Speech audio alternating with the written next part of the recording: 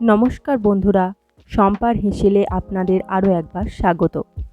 চলে এসেছি আরও একটি নতুন রেসিপি নিয়ে।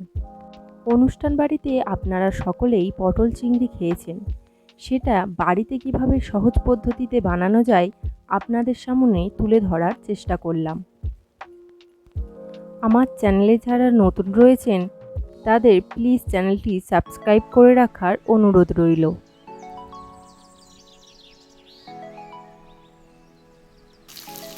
রেসিপিটি বানানোর জন্য আমি এখানে কড়াইতে সর্ষের তেল গরম করে আলুগুলোকে লাল লাল করে ভেজে নেব।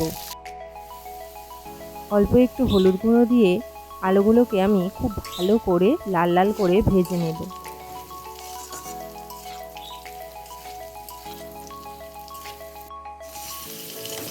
আলুগুলো ভাজা হয়ে গেলে সেটাকে তেল ঝরিয়ে তুলে রাখবো। এরপর ওই তেলের মধ্যেই টুকরো করা পটলগুলো ভালো করে লাল লাল করে ভেজে নেব।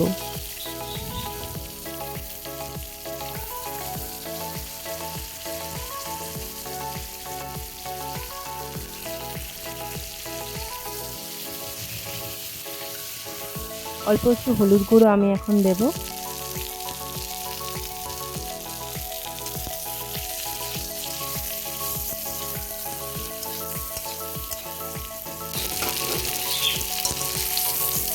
এরপর পটলগুলোকেও তেল ঝরিয়ে তুলে রাখবো।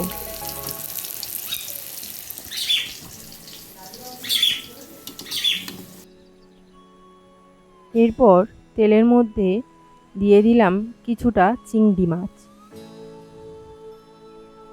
চিংড়ি মাছের ওপর দেব একটু লবণ আর একটু হলুদ গুঁড়ো।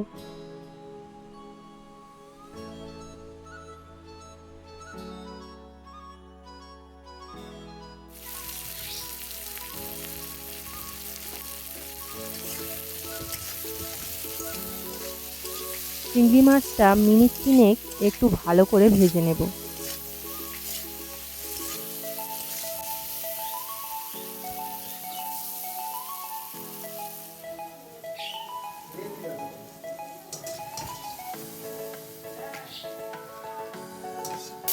ওই তেলের মধ্যেই আমি এখন দিয়ে দিলাম কয়েকটা কাঁচা লঙ্কা ও পেঁয়াজ কুচি।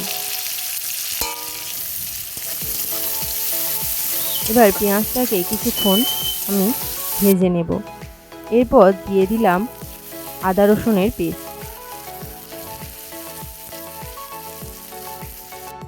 আদা রসুনের কাঁচা গন্ধটা চলে গেলে আমি এখানে অ্যাড করলাম হলুদ গুঁড়ো,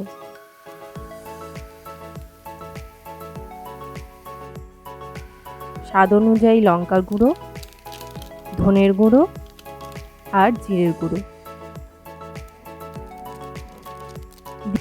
দিয়ে আরও একটু কষিয়ে নেব।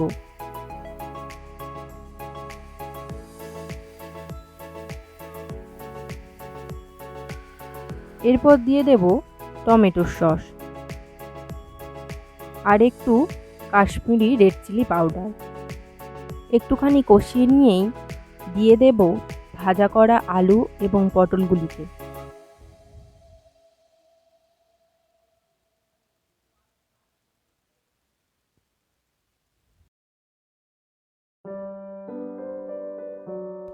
এরপর দিয়ে দিলাম লবণ।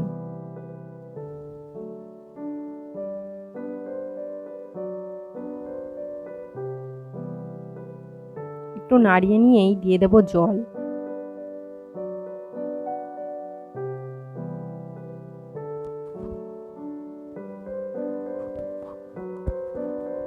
এবার ঢাকা দিয়ে দেব। কিছুক্ষণ পর ঢাকনা খুলে চিংড়ি মাছগুলোকে অ্যাড করব।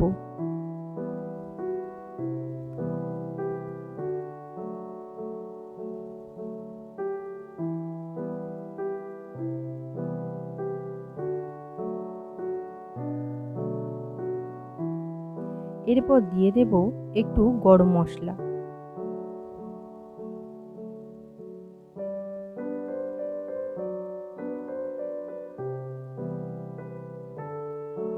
রেসিপিটি আমাদের একদম কমপ্লিট। রেসিপিটি কেমন লাগলো প্লিজ কমেন্ট করে জানাবেন। আর বাড়িতে সকলেই ট্রাই করবেন। এই রকম নিত্য নতুন ভিডিও দেখতে প্লিজ সকলেই আমার পাশে থাকবেন। সকলেই খুব ভালো থাকবেন। আজকের মতো এখানেই বিদায়।